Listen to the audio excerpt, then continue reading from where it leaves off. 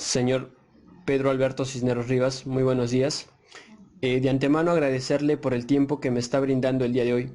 Soy alumno de la Inca Garcilaso de la Vega del octavo ciclo, Pedro Álvarez, y el día de hoy me gustaría conocer un poco más sobre el desempeño de un agente de aduanas y sobre el comercio en su globalidad. Bueno, en primer lugar, muy buenos días y agradecerle también su visita y como bien sabrá, desempeño en la empresa Bloja Aduanas SAC con número de RUC que es el 20 51 55 21 21 7. Bien, para ello yo sé que su tiempo es un poco limitado, vamos a comenzar con las preguntas. La primera pregunta sería, ¿cuál es el procedimiento de importación de mercancía al extranjero?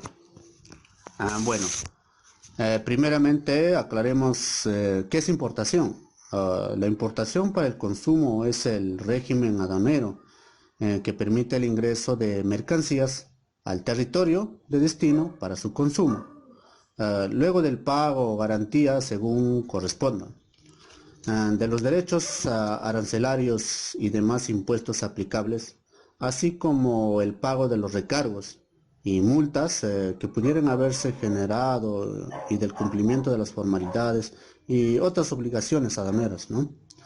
Ahora, los procedimientos, condiciones para el importador es que el dueño consignatario debe contar con un RUC activo y no tener la condición de no habido para destinar las mercancías al régimen de importación para el consumo. El procedimiento de importación es sencillo y son los siguientes. En este caso tenemos pues estar inscrito en el registro federal de contribuyentes.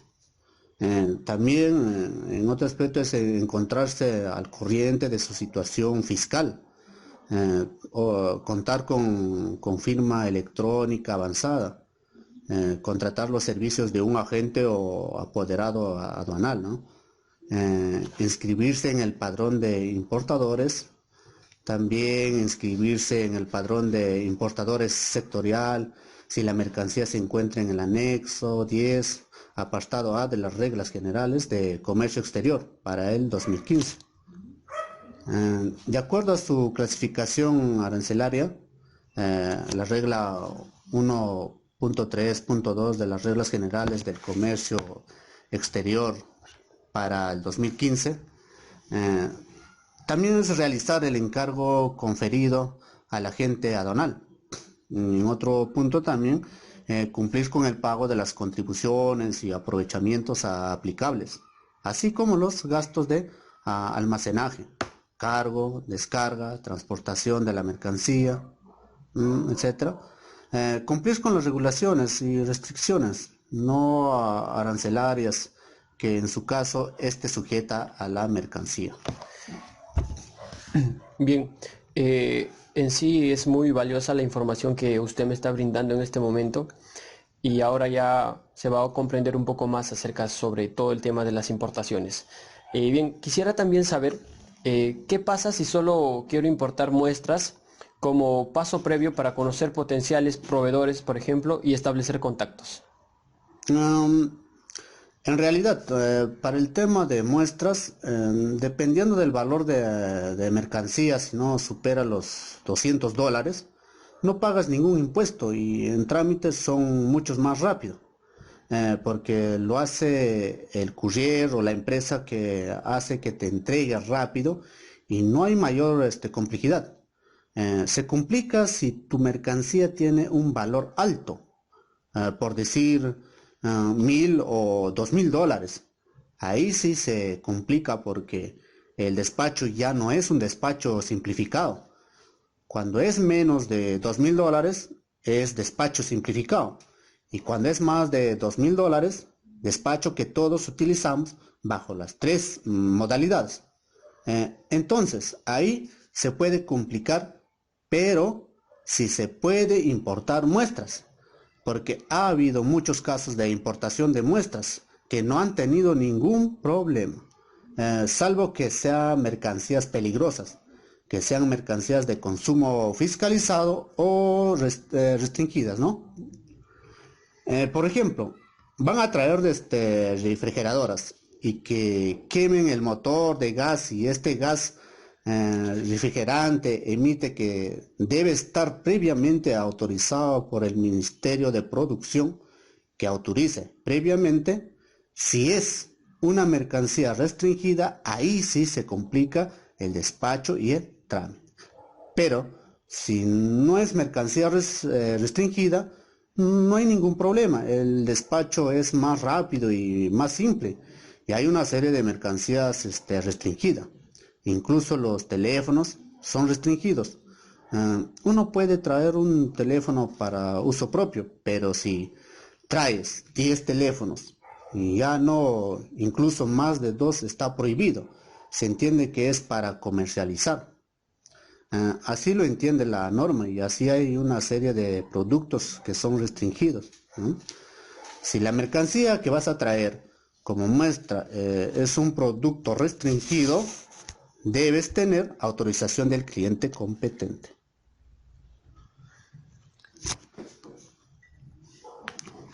Eh, Bien, gracias por esa información. De verdad que desconocí algunos temas y ahora se va aclarando mucho más.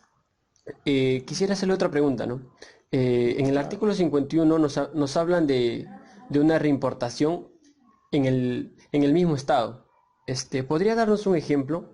Si se establece algún tiempo o plazo o existe algún pago de derechos arancelarios o impuestos. Bueno, ah, la reimportación de un estado consiste en volver a importar. Es un producto que ya salió del país como exportación definitiva. Por ejemplo, alguien exporta algún producto, vamos a suponer que sean muebles o exportan a Europa, pero estos mismos muebles regresan por X motivos, ¿no? Puede ser que el proveedor o el cliente final en Europa no les haya gustado o al final las especificaciones técnicas no sean las adecuadas y rechazan el producto, entonces regresan. Como el producto es el mismo de lo que salió entonces, ingresa al país libre de impuesto. O sea, no es una importación pues que porque el producto ha sido peruano, sale así, haya sido como importación definitiva y luego retorna y finalmente se tiene que demostrar porque está regresando.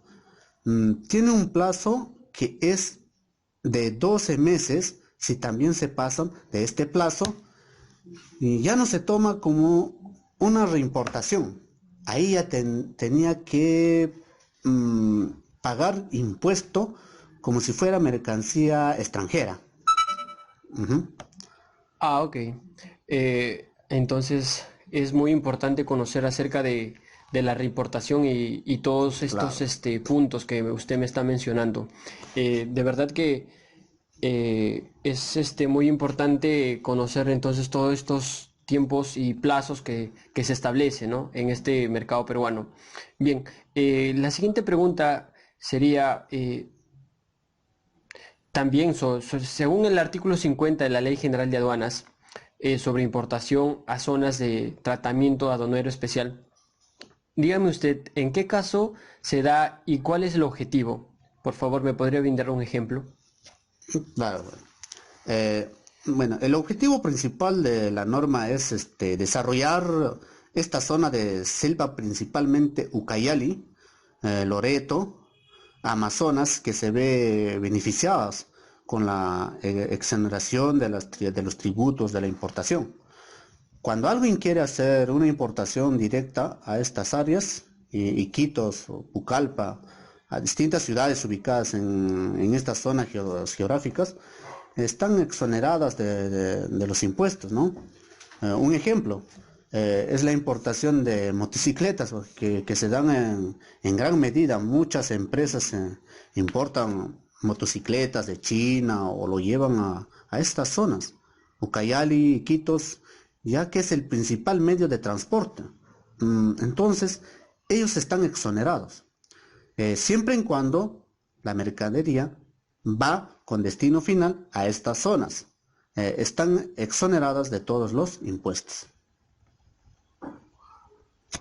Ujú. Ahora, en este caso, el objetivo es promover el desarrollo de esa zona geográfica, el desarrollo económico o desarrollo social. Eso sería el objetivo de esta norma. Ujú. Ok, muchas gracias. Entonces, eh, es muy importante la ubicación geográfica en donde se va presentando estos tipos de acontecimientos de comercio. Claro, Muchas gracias por eso.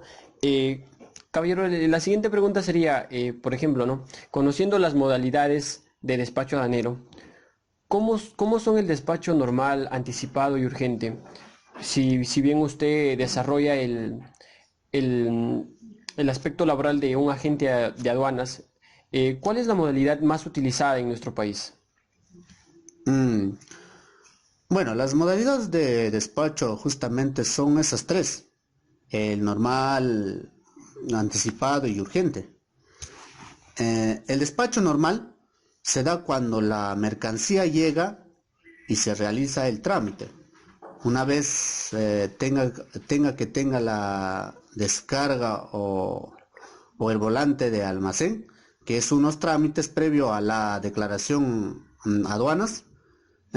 Imagínense, llega un transporte marítimo y llega el buque al Callao, que normalmente es el puerto más frecuente, que se da más de 85% de importación. Llega y descarga y va a un almacén la mercancía, y una vez que llega al almacén y tenga el volante, que es un documento que emite el almacén diciendo ya recibí una mercancía y una cantidad de bultos, pesos, que verifica una serie de datos, y recién con esa información del almacén el agente de aduanas puede declarar la información a la aduana. Ujú. Ahora, en el despacho anticipado, todo el proceso explicado se da antes que llegue a la aduana, sea marítimo o aéreo. Se da previamente, con anticipación y de incluso hasta 15 días. Hay una modificación actual que se está dando a la Ley General de Aduanas a través del derecho legislativo, la 1235, y ahí están ampliando incluso estos 15 días a 30 días.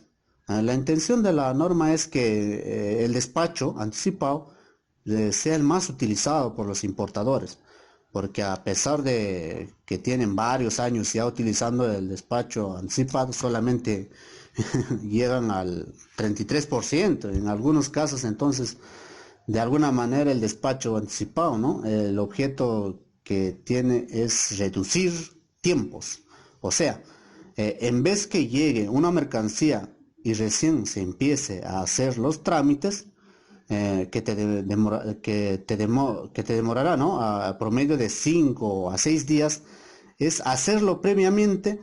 Ya, ya tienes el canal, ya tienes la conformidad del levante de aduanas. Entonces, solo esperas que descargues de la nave y ya puedes retirar tu mercancía, ya estás libre de disposición. Esa es la finalidad. Pero sin embargo, no es todavía la modalidad de despacho que se utiliza en mayor medida. En otro despacho que es urgente, se da para determinados casos. Por ejemplo, unos envíos de soporte cuando hay terremotos, cuando hay aluviones, cuando hay un desastre efectuadas en un país y el otro país quiere ayudar, se dan envíos de soporte.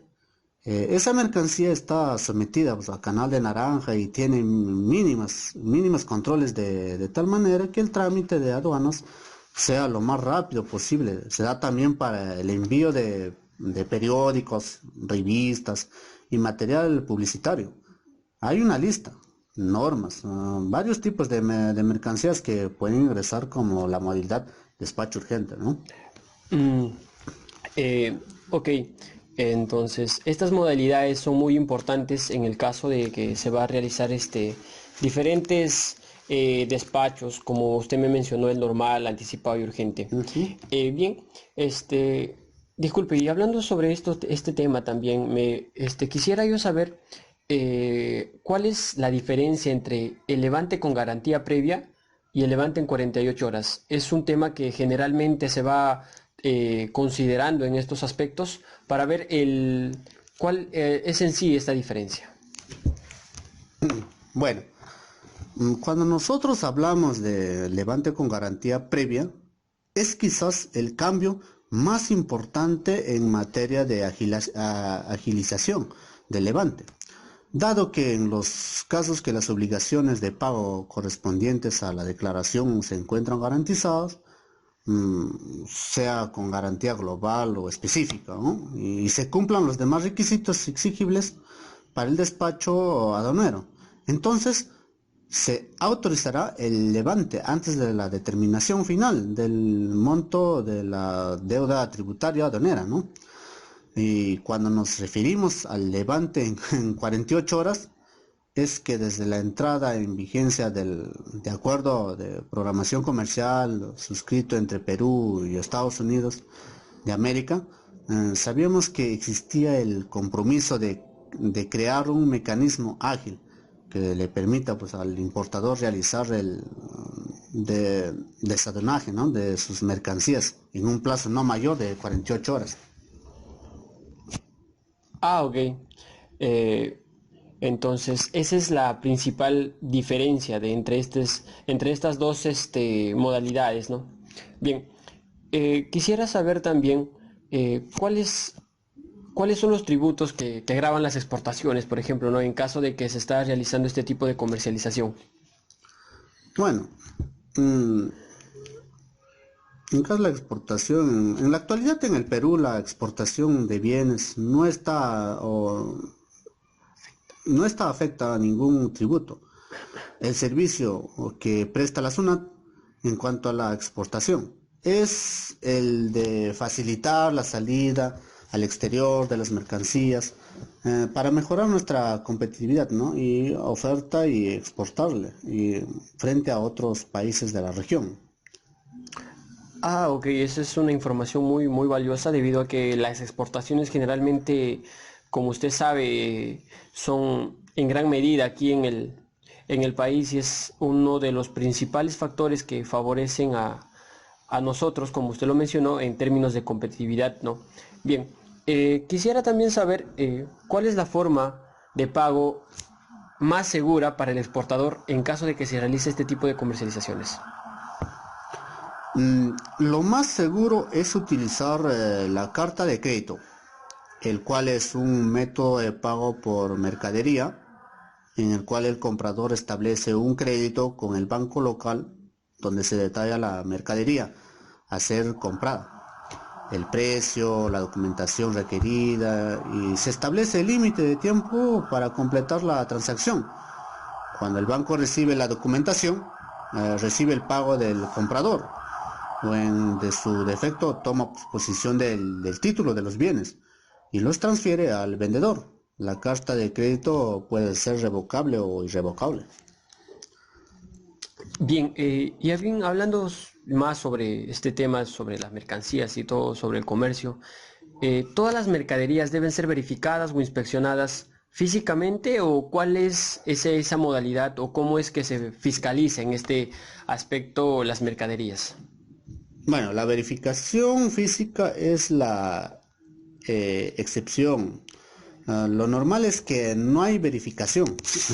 Hay una serie de indicadores que tiene la aduana del por qué la mercancía debe de tener determinado canal como rojo, naranja o verde. El canal rojo significa verificación física de la mercancía y verificación de los documentos originales.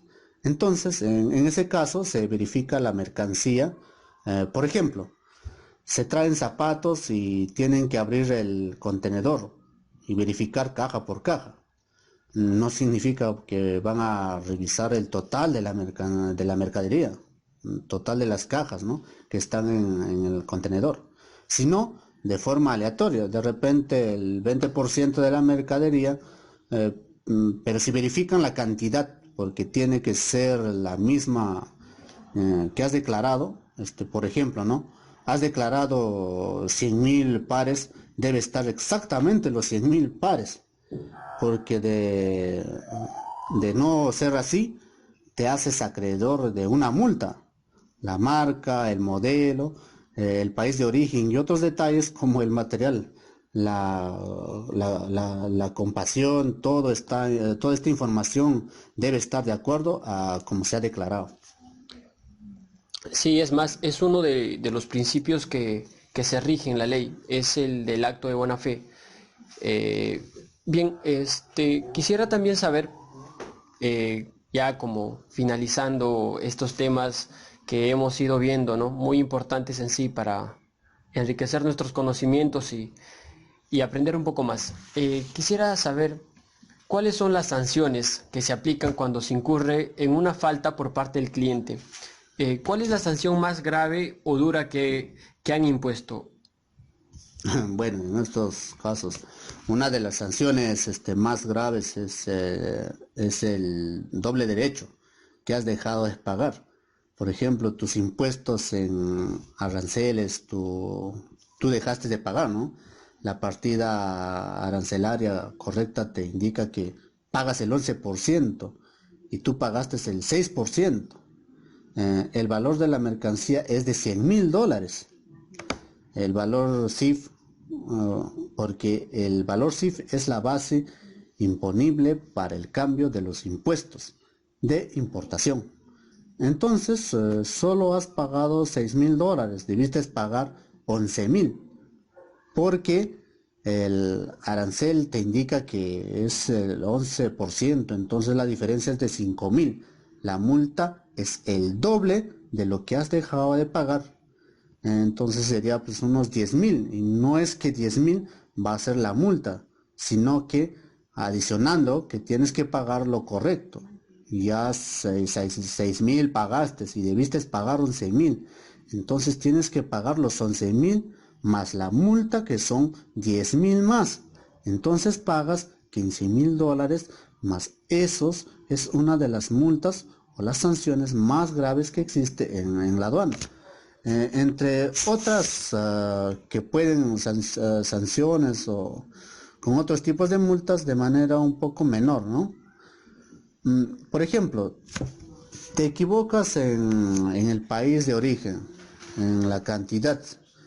Si, si te equivocas en la cantidad a más, por ejemplo, en 100.000 pares de zapatos y se encuentran 120.000 zapatos, esos 120.000 pares de zapatos se te, se te decomisan o te dan la autorización para que lo reembarques y lo tienes que retirar y pagar una multa de 50% del valor de la mercancía encontrada dentro de más, si es 120.000 pares de zapatos, ¿no? Valen eh, $20.000, tienes que pagar el 50% de la multa.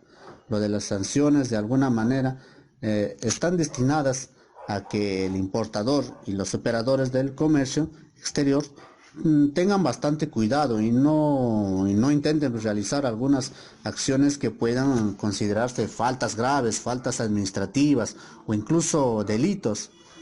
Mm, Delitos principales, ¿no? Tenemos lo de contrabando, después tenemos la defraudación aduanera. De esta manera son penalizadas administrativamente por la Junta o penalmente, ¿no? Si es que ya se eh, impune un delito, en ese caso, ¿no? El decomisar significa que la aduana se va a apropiar de la mercancía y el importador lamentablemente pierde esa mercancía, ¿no? Eh, Reembarcar, bueno, significa que esa mercancía, la aduana te da la opción de que esa mecánica salga del país y puede hacer que se devuelva al mismo exportador al que te ha vendido la mercancía. Pero la norma no prevé eso, simplemente dice que salga. Ah, ok. En verdad, es muy importante conocer todo acerca de estas multas porque representan gran porcentaje de ganancias que pueden surgir de ellas. Bueno, señor, agradecerle por el tiempo que usted me ha conciliado. De verdad que es muy importante conocer todo este tipo de temas y muchas gracias. Que tenga un buen día y de antemano agradecerle por por toda la información que usted me supo dar. Gracias. No, más gracias a usted.